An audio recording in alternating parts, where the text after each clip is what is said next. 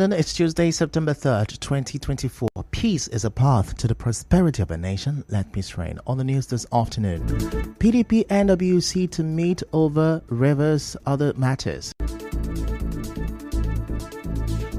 Vice President Shettima denies frosty relationship with President Tinubu.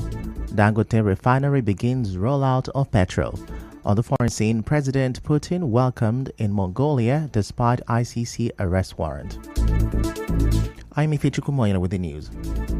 Now we begin this bulletin this afternoon with reports that the National Working Committee of the People's Democratic Party is expected to meet tomorrow, Wednesday, to review the recently held ward and state congresses as well as the governor's position on Rivers State. Reports say the meeting will also discuss the ongoing litigation involving the defected members of the Rivers State House of Assembly. Recall that the PDP governors in their recent meeting in Taraba State asked the NWC to hand over the state party structure to the Rivers State Governor, Siminalayi Fubara. Similarly, the Director General of the PDP Governors Forum, Emmanuel Abo, has told the Punch newspapers that a meeting of the PDP governors to address the threat by the Minister of the FCT, Nyesom Wike, will soon be held. Recall that the National Publicity Secretary of the PDP, Debo Logowaba, told correspondent Onyekachi Nwosu that it is the responsibility of the PDP Governors Forum to respond to the threat by the FCT Minister, Nyesom Wike. Please put it in perspective. He did not make statements to the PDP. He makes to the governors forum. The governors would respond to that. He didn't mention PDP. He's talking about governors under the PDP. So the governors have a governors forum, and I'm sure they would attend to that. So that can be an issue like the party will be talking about. Now, during the Congress of the party in Rivers State over the weekend, the FCT Minister Nyesom Wike threatened to instigate a crisis in any state when others try to interfere in the affairs of Rivers PDP. Moving on, the Rivers State Police Command has confirmed the abduction of some travelers by pirates along the Bonny-Port Harcourt waterway. Public Relations Officer of the command, Grace Iringekoko, told her correspondent that the Commissioner of Police, Olatunji Disu, has mandated Deputy Commissioner of Police in charge of operations, DCP Wenga Adeboju, and DPOs in that area to ensure the victims regain their freedom as soon as possible. Yesterday, Chairman Maritime Workers Union of Nigeria, River State, Israel Pebble, said at least 10 persons were abducted. Elsewhere, a British citizen, Andrew Wine, who was wanted by the Nigeria police for allegedly plotting to overthrow President Bola Tinubu's administration, has denied the accusation. Speaking from the UK on Channels Television, Mr. Wine said he was unaware of being labelled a fugitive. Yesterday, the Nigeria police announced a 20 million naira bounty on the Briton and his alleged accomplice, Lucky Obion, for creating sleeper cells to destabilize the government. Away from that, President Bola Tinubu has approved a 3-year extension of the tenure of the Inspector General of Police, Kayode Wetoku. Reports say the Secretary to the Government of the Federation handed over the letter of extension to the IGP yesterday. The Senate had, on July 23rd, passed a bill that amended the Police Act 2020, introducing a new clause under Section 8, which contradicts the provision that mandates public servants to retire after 35 years of service or at 60 years of age. Mr. Wetoku, who was appointed IGP in June 2023, will clock 60 tomorrow, September 4th, 2024. The Senior Special Assistant to the Vice President on Media and Communications, Stanley Nkwocha, has denied the alleged frosty relationship between President Bola Tinubu and his Vice President Kashim Shettima. And a tribute to mark the 58th birthday anniversary of the Vice President, Mr. Nkwocha described the report as a lie from the pit of hell. The statement said, "In the history of Nigeria's presidency, no Vice President has enjoyed the total confidence and full support of his principal like Vice President Shettima." In other news, the Canadian High Commissioner to Nigeria, James Christophe, says his government is looking forward to exploring the business opportunities in River State, especially natural resources. Mr. Christophe said this after after a closed-door meeting with the River State Governor, Siminalayi Fubara, on Monday. We also talked about the natural resources. Canada, like River State, is naturally blessed. And we just talked about areas where we can always look to take a very good situation and raise the bar in terms of how we benefit, in our case as Canada, from natural resources and what it brings to a community. And so we shared some insights on that particular issue. And of course, there are the people-to-people ties that are growing between Nigeria and Canada that are very important. And we look for ways to maybe tap into the many Nigerians who have a foot in both countries to the benefit of both countries.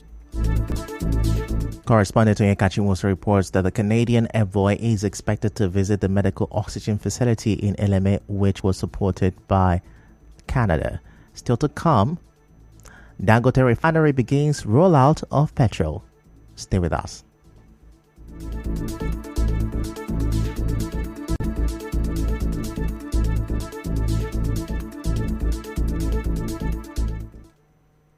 Light Up Port Harcourt Music Festival. Over 10,000 youths and music lovers on the 15th of September.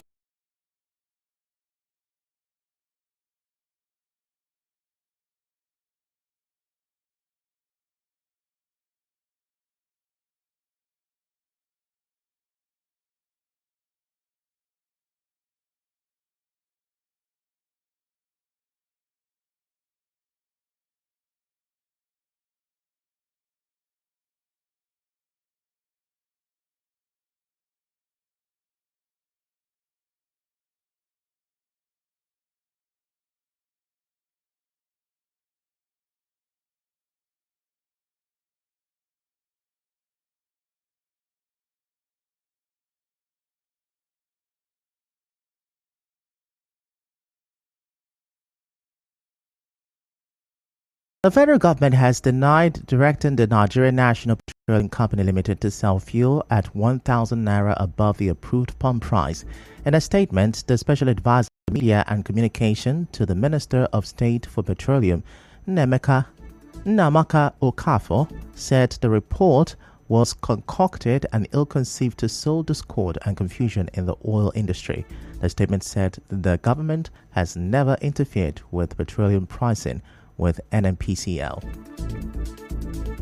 Meanwhile, a Labour Party presidential candidate Peter Obi is asking Nigerians to demand transparency from the Nigerian National Petroleum Company Limited (NNPCL) over the true state of petrol subsidy payment. In a series of tweets on his official X handle, Mr. Obi said the conflicting reports presented by the NNPCL have left Nigerians in the dark. The Labour Party presidential candidate expressed concern that after 3 trillion naira profit in 2023, the corporation is now coming up with a claim of financial constraint in supplying fuel. In business, Dangote Refinery has commenced the rollout of its first premium motor spirit petrol from its 650,000 barrel per day Lagos-based refinery. The president of Dangote Group, Aliko Dangote, disclosed this during a press conference with journalists on Tuesday.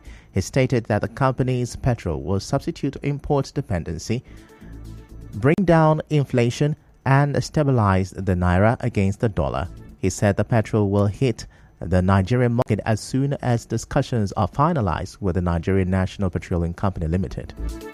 And now to entertainment. Singer Blackface has called for a reunion of the Plantation Boys, a defunct music group that consists of Two-Face, Faze, and himself. The singer on his Instagram page said there is strength in unity.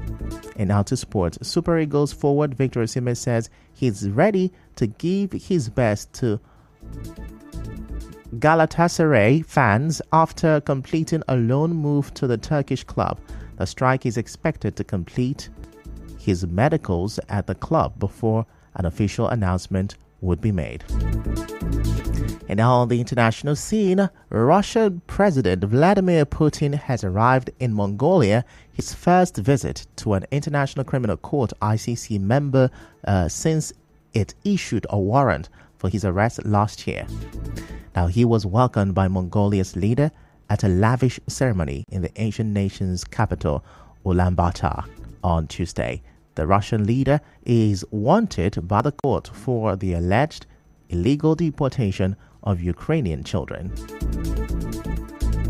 Now that's a wrap on the news this afternoon. Before we go, let's have a look at the major stories. PDP NWC is expected to meet tomorrow to discuss rivers and other matters. Vice President Kashim Shettima has denied frosty relationship with President Bola Tinubu. Dangote refinery is to begin rollout of petrol. On the foreign scene, Russian President Vladimir Putin has arrived in Mongolia despite ICC arrest warrant. The news was edited by Onyeka Chinwosu. To reach the news team, send an SMS or WhatsApp to 0808-721-7215. I'm Ifechukwu Moyali. Many thanks for listening.